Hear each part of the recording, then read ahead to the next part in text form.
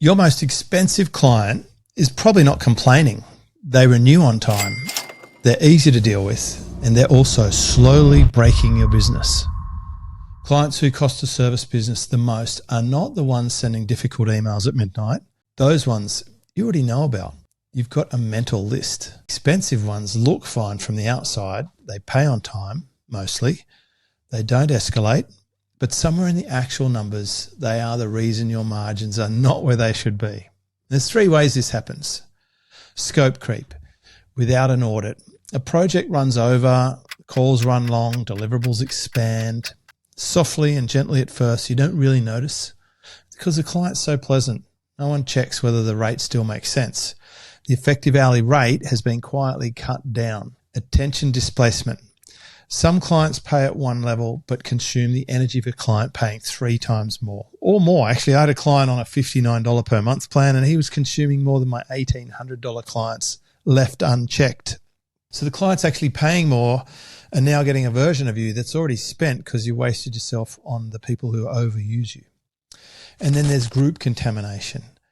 One wrong fit participant in a group doesn't just cost what they consume, they cost what everyone else changes because of them. Now, none of these problems announce themselves. You would have to observe them. The cost shows up in a place you're probably not even measuring.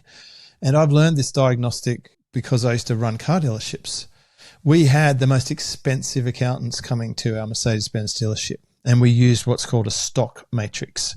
So every vehicle measured across the same variables: gross profit per unit, days on the lot, flooring cost, which is the interest you pay. Like, these dealerships don't own the cars, they're financed.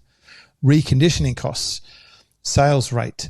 The sales manager loved buying trade-ins to resell for profit. He was so proud of it. But when the accountants and I ran the matrix, his trade-ins were among the weakest performers in our entire inventory. The owner had no idea. And once the numbers were visible, the conversation was straightforward and the correction was really fast. Like, do not buy these cars, only buy these cars. It must be silver, less than 3 years old, with less than 20,000 kilometers. You can buy those cars. If it's not, do not buy it. The same exercise applies to service client portfolio. So if you look at revenue, time consumed, scope variance, communication overhead, renewal rate, referral rate, likability, team energy costs, run it honestly. I use this star system in columns to measure clients. You will almost always find 1 or 2 relationships that look like stable revenue. They're like reasonable people from the outside, but they are quietly among the worst performers in your portfolio. And I've run this with service business owners. None of them had done it before. Their intuition about who the good clients were turned out to be inaccurate, just like the sales manager. Once the actual numbers are in front of them, the surprise isn't really the fact that there are bad clients, but it's definitely, who are they? Like, the intuition, the gut feel is usually way off from the actual facts. So I had another client, he kept showing up to calls and he was talking about the types of clients' relationships that he couldn't quite pin down. He wasn't sure what was broken with them. Like, the money looked good, no obvious conflict. But when we ran this exercise, the relationship wasn't performing anywhere close to what it appeared. And that made the decision really easy, like to let go of that client. And this is the pattern. The client pays on time, doesn't complain, but the projects expand in scope. They're a good person, they pay reliably, but you become compromised because you've allowed this. You've let your boundary down and they start running over that and actually impacting other clients. Sometimes they want a little more calls here or there, or they stay longer, or they come to too many calls, or they're sending too many messages, or they want you to help them with things that are slightly outside of your wheelhouse. So your effective hourly rate just crashes. And they've basically been eroding that hourly rate and it hasn't been caught, so you permit it and now your average is blown.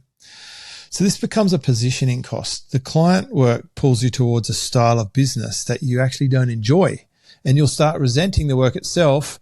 You're not even sure why, but you sure as hell don't want to go and get more like that, so you actually start sabotaging your lead generation.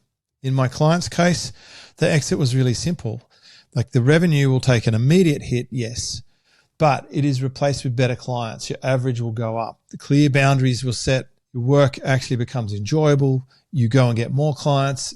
If you run a group program, one bad fit client doesn't just cost what they're using. Like, they will take out the whole group.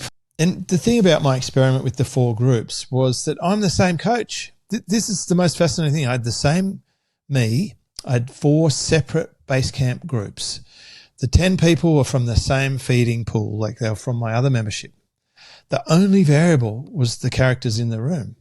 Like, you can control the content, the format, the platform, the lead source, the call frequency, but none of that matters as much as the composition of the group. So as long as you're dealing with people, you are going to have to watch out for this, because the standard is set by who you let in. And if you let those people in, they'll get to you eventually, even if they seem like a nice person. And this is one test that I think most people should do as soon as possible. Does this person represent the kind of client I want to have more of? If it's yes, you will enjoy your business. And how do you imagine it to pan out over the next 12 months or 24 months? Like, if you're getting compromised now, it just extrapolates. It gets worse. So if it's yes, sign them up. If it's no, and you're feeling that, and you've got some facts that show this type of client's not a perfect fit, just stop it at the start. That's the best place to say no before you even get down the track. If you're considering it anyway because of revenue pressure, well, that's the exact moment the stock matrix becomes useful. Like, you almost certainly have a client who's already costing you more than they contribute. So the fix isn't another wrong fit. The fix is to address the existing one and protect the space for the right one.